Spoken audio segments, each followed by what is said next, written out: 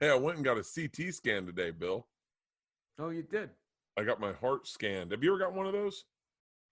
No. They check the amount of calcium in your heart to see if you're gonna have a heart attack. No. How you looking?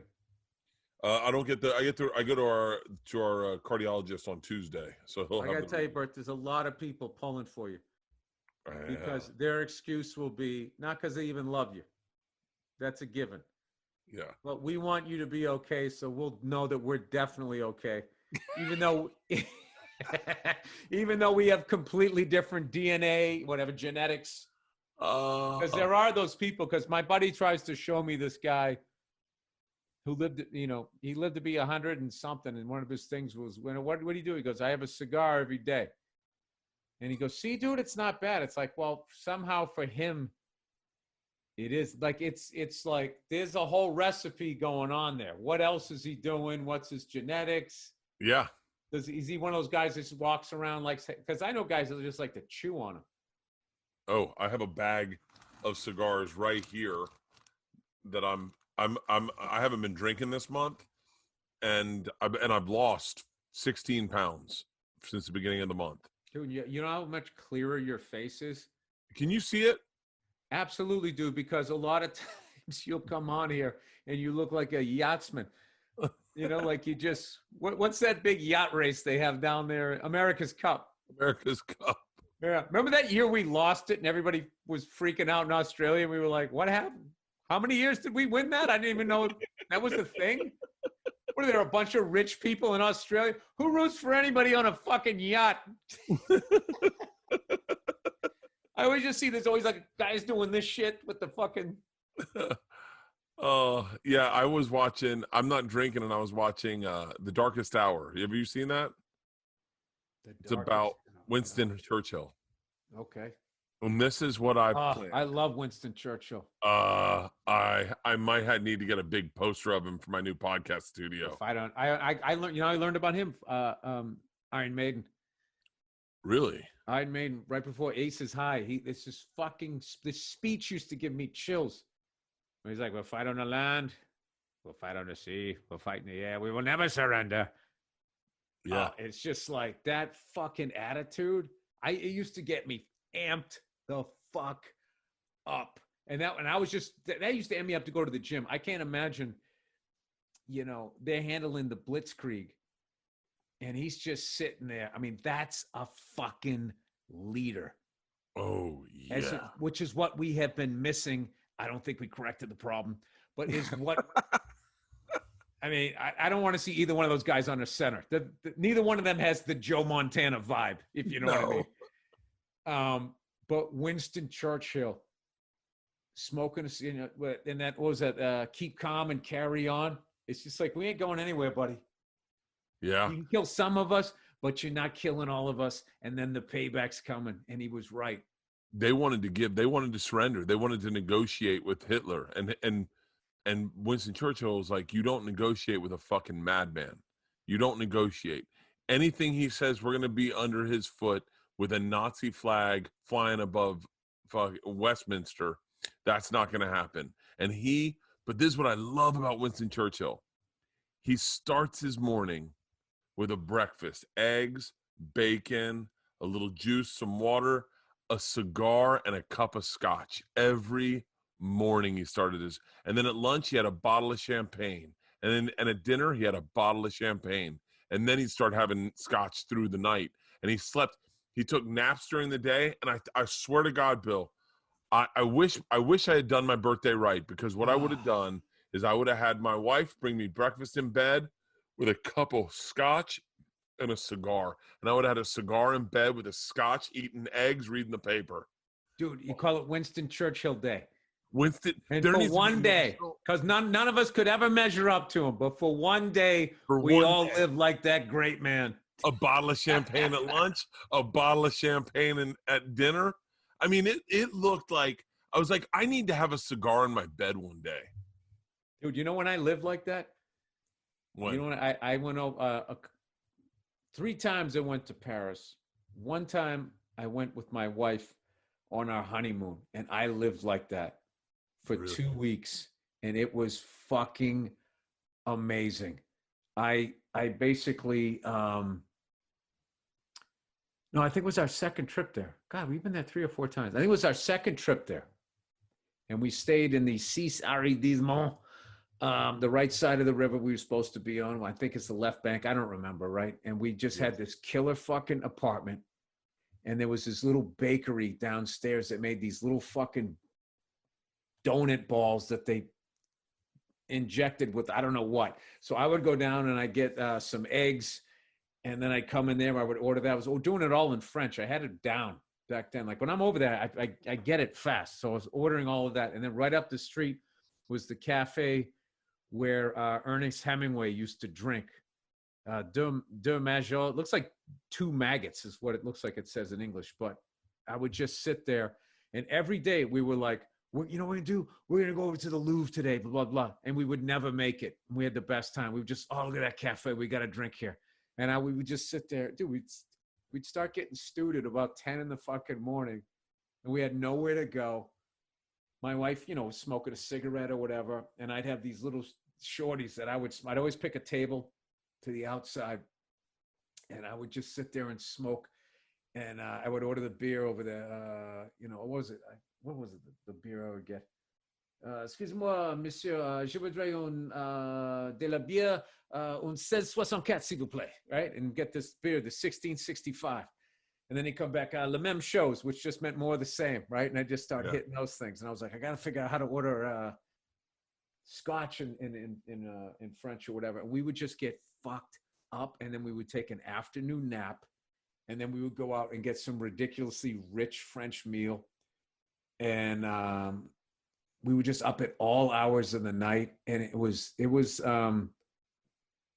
I can't even tell you, like, it was magical. It was magical. I just met awesome. Oh, dude, the first time we went, we were more like tourists, but the second time we lived there. So we would go down in the market. I knew what time to get up to get a baguette before they were all gone for the day. And my wife would already be making the eggs. She learned how to kind of make them that French style, that sort of runny, cheesy egg style. Yeah. She did them like that. Yeah. And then I would stop off that little bakery, which we were heartbroken because we came back 2 years later and that place had closed. You can never go home, Bert. It always changes a little bit, right? So, and we would just sit there and I would get a bottle of rosé, and we would split that for breakfast, and we had a balcony, and then I would go out and smoke a cigar. And I'd wait before noon before I'd have a little heater or something like that. And we laughed, hung out, we made love. We had the best time. And then the other time, both other times we went there. I guess, no, we went there 3 times. So the other time, our daughter was born. But after we were there, we then went down to Saint-Tropez. And that was just, and we were there off season because that place is a shit show. Really? I think during the summertime. We got there in like April. So there's like one road in and you can sit in traffic for hours. And we got there and drank at there's a famous cafe there. It's all in red. Everything in it is in red. They have all these pictures from like 40 years ago of, young Mick Jagger with like, Cheryl Tiegs or some supermodel from back then. And I remember the level of money that was there was just, we were just total rubes. They saw it on us, right? Just we were sitting in my stupid sweatpants, smoking a Cuban, right? And I was smoking a cigar in that cafe, and there was all these yachts backed up. Okay, it was like the cafe, and then there was a road, and then a little boardwalk, and then the dock where they were backed up. And the fucking guy's TV was so fucking big on the boat. I was in the cafe watching his the TV on his boat. And it was funny? I thought what the fuck did I think I was watching? I can't remember. There was a great joke at the end, if I could remember. What I thought I was watching versus it actually was my eyes were just starting to go. You know what I mean? I thought I was watching. If you and your wife went back to Paris and she said, let's go back to Paris, just me and you, would you give yourself a week of boozing and cigars, or would you stay on the narrow? I wouldn't leave my kids like that. I wouldn't do that. I'm taking them with me. That's the thing. It was not even the booze. Yeah. Oh, you'd want to be the whole family there. Yeah, but I got to tell you, dude, like, because that sounds romantic as fuck. It sounds. oh, dude, it was awesome. It was. Yeah, my wife's a really special. My wife has an amazing spirit, like incredible energy, and that just drew it out. Like, you know, I was with this beautiful woman that I just married, and I was in Paris. And if I wanted a Cuban cigar, I could get it. My phone wasn't working over there. I had nothing to do but just like chill out. And what's so funny is their food over there, like, is so much better than here in that, because it's not like poison. So I gained weight, but I mean, I would have put on like 20 pounds instead of like 7, you know? And dude, I was going fucking hard over there, boozing, and the booze alone should have done it for me. But like, yeah, that's kind of a wild thing. Like our food over here, like they go around to other countries and they try to force them to take it, and they go, no, we're not taking it. And they created a court. These fucking evil corporations created a court that's somehow above the court of your own country to force you to take the food. Do you understand? Like the fact that they're going after comedians and shit, it's just a misdirection. Like the level of evil that is, that it's like, we're not going to poison our own fucking people. And they're so greedy for fucking money that they create this thing. There was another thing. It's like, okay, you can sell it here, but you have to say what's in your food. And they're like, we're not doing that. Jesus. Dude, Dean Del Rey just told me he used to drink like 5 or 6 like Diet Cokes every single day. Yeah. And when he decided like, oh man, I got to get off this shit. Like he was having these massive headaches and mood swings and shit. And according to him, he went out with this chick and she saw him drinking a Diet Coke and she somehow was affiliated. This is all alleged, although this is the internet, so you can say whatever you want, right? Was saying, you know, I used to work there. My old boyfriend used to work there. They used to put that shit together wearing a hazmat suit. I mean, dude, it's nuts. And they'll come after you for saying shit like that. This is all alleged. But so that's what I did find was you know, I don't know. I just went way off the rails, but Paris is nice. Saint-Tropez. I want that. I want that trip. I want a Winston Churchill day, and I want a trip. My wife would never, like, we went wine tasting one time, and my wife just got wasted and then had heart palpitations all night. And I was like, and she couldn't pace herself. She got like crazy wasted, and then like was like, I think I had too much sugar. I can't sleep. My heart is racing. And I was like, I'm still drinking. I'm by myself outside in a Adirondack smoking a cigar. I was like, do you want? That's what that reminded me of when you was talking about the champagne. That's what I thought, because we took a tour of the Veuve Clicquot, you know, that top level. I'm not a champagne guy, but that's like the best there is.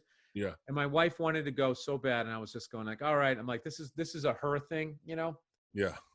But I'm gonna go because, you know, I can still get, you know, whatever, have a good time. And we went there, and it was absolutely fascinating. I forget the story. It had something to do with them starting it, and somebody died, and then the daughter just took over and was a total like beast of a business person, and just built this company, and it's still the same. Like I don't know, these caverns like deep in the ground, and the whole time they're giving you samples, and you're getting a buzz going, and you're learning all this history. You know, the history from over there is so much older than here, because we killed all the history here, if you know what I mean. There was people like, they go, oh, the history of the New World is so much more. It's like, yeah, because we slaughtered the people that were here. Every once in a while, we'll try to put up a new luxury condo, and we dig up some of it, you know. But over there, they still have it. So, yeah, that really makes me. I could run a vineyard in the south of France. I could. I mean, I don't know. If you said my bills are paid and all I got to do is make some wine, and then that profit's mine for the year, I could really get into that. clay Yeah, tent I would just in be. my backyard.